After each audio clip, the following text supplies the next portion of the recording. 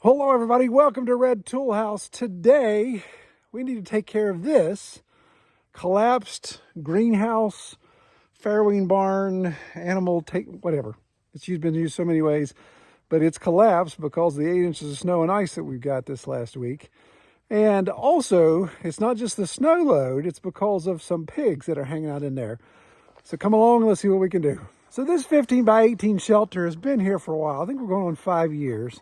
And a couple years ago, it collapsed snow load because of just poor design. I was using 1/2-inch conduit. I thought it could handle it, and we really don't get a lot of snow anymore. So when I fixed it last time, I put a ridge beam with 2 vertical posts. And actually it's very strong, could handle anything at that point. And you may say, well, okay, well, why is it collapsed now? Well, there's a reason. Let me show you what that reason is. Here are the 2 main reasons this collapsed. Mutt and Jeff. Dipstick and goofball. So I have the boars in here. I thought, well, they spend most of the winter back on their paddock. There's no real good shelter. There's shelter down in the valley. It doesn't have the greenhouse effect that this has. Well, let's let them come down here and hang out, being benevolent as I am. But the mistake that was made on my part is that assuming that my center beams are not going to become scratching posts. Don't you go out, you stay in there, knucklehead. And that's what they did. They made scratching posts out of my beams that were under my ridge beam, under my posts that were my ridge beam. And just so happens when I was out of town in Arizona, we had a big snow, the center posts are gone, so whammo, everything lays on the ground. So we got to fix that, because what I want to do, I want to get Mutt and Jeff out of here. Actually, it's Dan and Mongo. I want to get Dan and Mongo out of here, and I want to get them back over on their pasture, and I need to make room for one of our sows I believe she's going to be farrowing here in the next month. So I want to get her in here and get her settled, because I like her to farrow in here, because I've got a creep area. It's easy to get to, all that type of stuff. But of course, I got to fix the roof. So the first thing we're going to do is we're actually going to do nothing today. And that fits perfectly with Red Tool House and their work strategy. So at this moment, it is about 28 degrees. So snow is not eagerly melting, but tomorrow it's going to be almost 50 degrees, and the following day even warmer, and it's supposed to rain. I think it's supposed to rain tomorrow.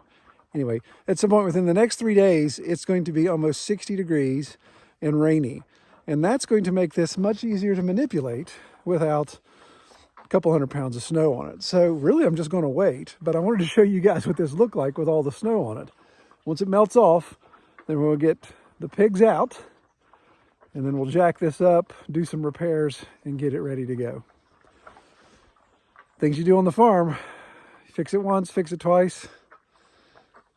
I think what we may have to do is actually set some concrete to put my posts down and bolt them down to keep them from being bowling pins that the pigs can knock over. Well, so that do nothing work strategy kind of went on an extended play. So it's been almost 3 weeks, a little over 3 weeks. And of course, waited for the snow to melt. That was really the main reason. But a lot has transpired since that last scene. One of my pigs did farrow, and she farrowed poorly. So that's 2 farrowings in a row. And I've narrowed it down pretty much to Dan is my issue. The boar Dan has either some sort of, there's got to be some disease or something I haven't been able to get. Farrow sure hadn't taken care of it, whatever the case may be. So we're probably going to have to retire everybody and start from scratch. So she farrowed up in the farrowing barn. Everything was good up there, but they were all malformed and all that jazz. So since the clock wasn't ticking to get sows in here, and that worked fine as the farrowing barn, as fine as it could, we're going to go ahead and just take this down. This has become quite a bit of an eyesore. You can see the algae's built up. The greenhouse plastic, this is 5 years old. In fact, I looked up this morning before recording this scene. We started on this in January of 2019. So there's still a lot of salvageable plastic in it, and that's what I'm going to try to do is get the plastic off, get it folded up. We'll put it in the barn for future use, and then just start taking everything down. We'll save what we can, I obviously thought about just bringing the tractor through here and knocking it all down, but that doesn't allow me to salvage some of these timbers that are still in good shape. And a lot of my 1/2-inch conduit is busted, actually broken off, but we'll save some of those because, as you know, if you've watched our channel, I use that conduit for Troy posts, for fence posts. So we'll have a ton of those now.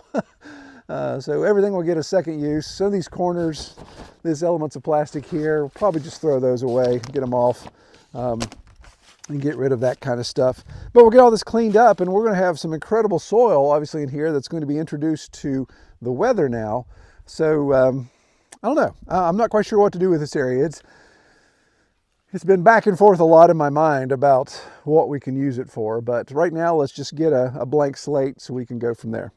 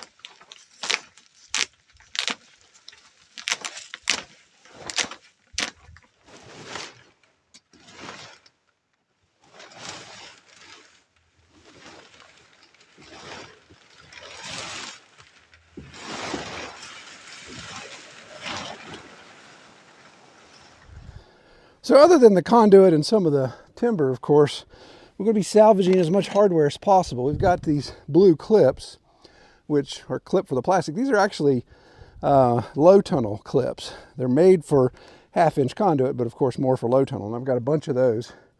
So there was expense there. And the other are these 1/2-inch conduit couplers for greenhouses. I'll take one of them out here and show you. So this is how I was able to break my drill. Here goes one now, already on the ground. These are heavy galvanized. You can kind of see where they have a taper to let the 1/2-inch conduit go in and butt up, and then single screw hole for self-tapping. So we'll save all those because those had some out-of-pocket expense, obviously, and they can be repurposed. And I think I'm going to save most of the self-tappers. They are galvanized, so they seem to be in pretty good shape. So we'll hang on to those. I'm kind of a screw hound. Don't take that the wrong way.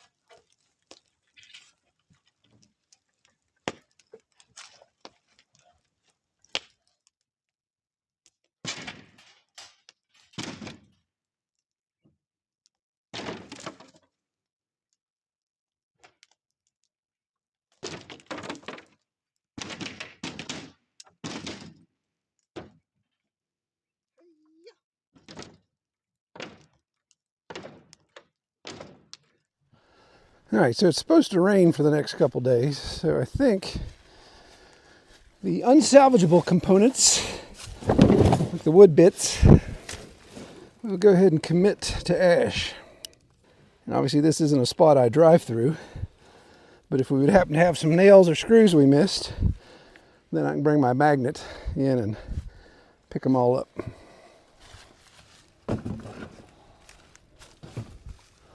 Burn off some of this grass too for the garden.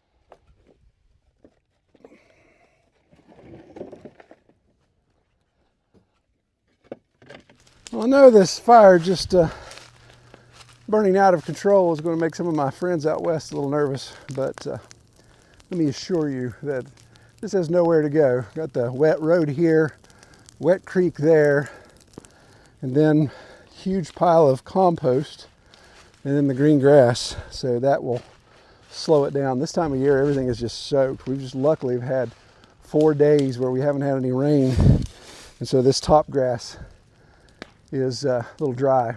But when it gets here, it's going to flare up pretty good, and I want to let it burn. This is some soil that I collected from my catch trough, where the pigs stir things up. They poop, even kick some dirt off the hill. I go in and dredge that out.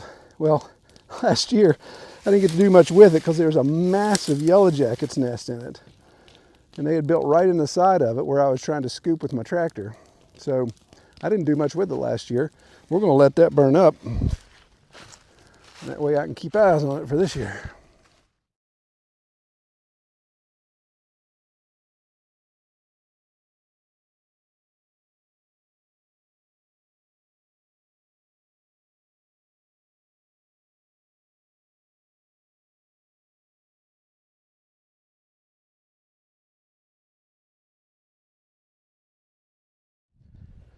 Well, that worked out well and fine, except for the fact that I'd forgotten that I had 1, 2, 3, 4, 5, 6, 7, 8, 9, 10, 11 step-in posts in there. They were in that dirt pile. I'd laid them up against there last year. Forgot all about them. There's about $30.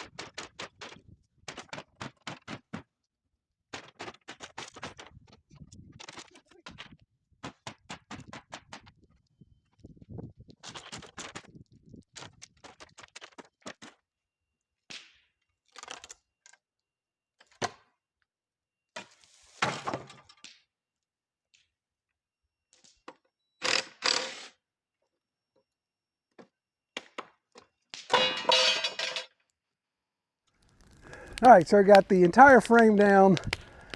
Looks like a bomb went off right now, but I think tomorrow or the next day I'll get it cleaned up. It's supposed to rain 2 days, but we'll see if it's a total washout.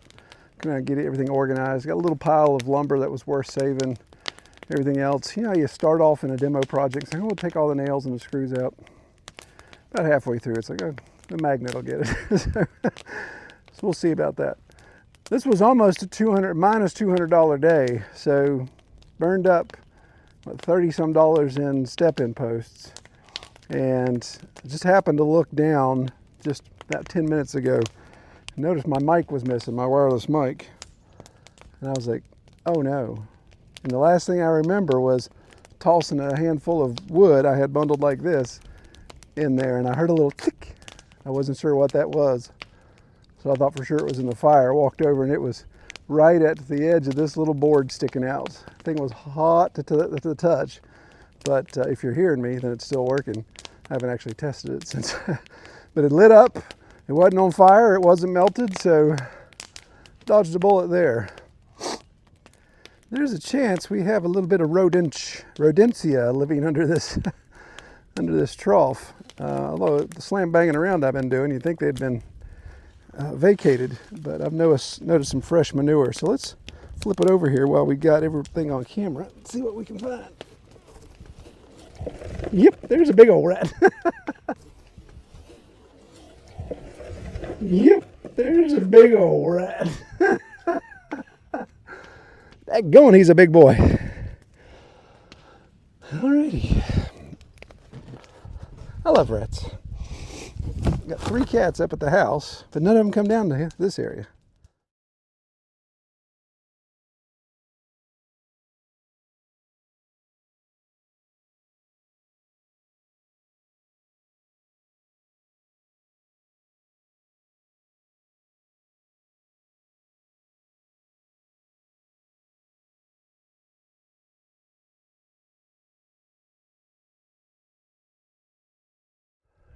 All right, well, I think that pretty much gets it.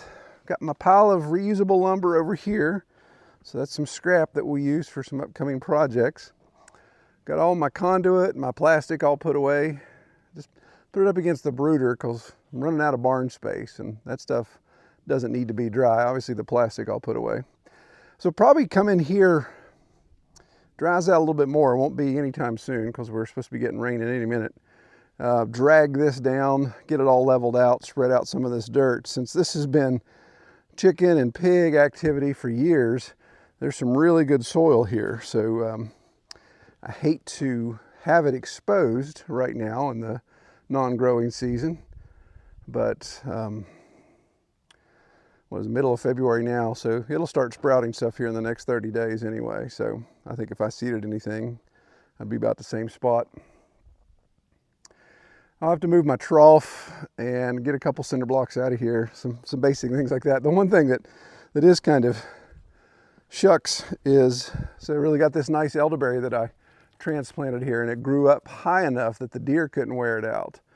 So it looks out of place now if this was going to stay wide open. So I may either just leave it or I may transplant it, cut it all the way back and use it for cuttings, and just let the deer have the bottom portion of it.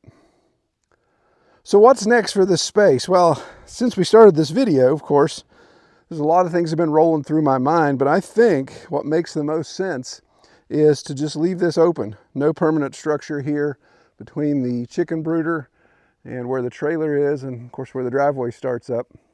Because this is actually a big enough stretch of ground and wide enough that I could run 3 chicken tractors side by side through here, which is the total number that I run throughout each flock that we harvest.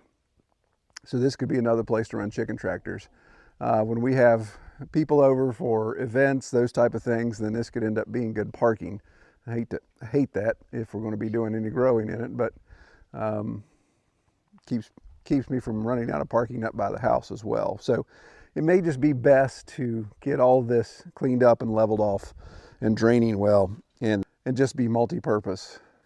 Well, one of the downsides with having the greenhouse here, of course, in the wintertime when you wanted it to be warm, or in the closer you got to winter solstice, when you wanted it to be warm, the sun set so low, and this was so low in the valley that you didn't get a lot of direct sunlight, got a lot of dappled sunlight through the bare trees. So a greenhouse would really function better up here on our north ridge, south facing. So that's another reason why I don't want to put anything back. But comment below, let me know what you guys think I should do in this. What is that, about 50 yards by maybe 20, 30 feet wide, 20 feet wide, I believe. Give me some ideas. You know what we've got going on here. Well, this is a different video. We're tearing things down instead of building stuff up, but that comes with it as well. I pray y'all have a great week. Y'all take care.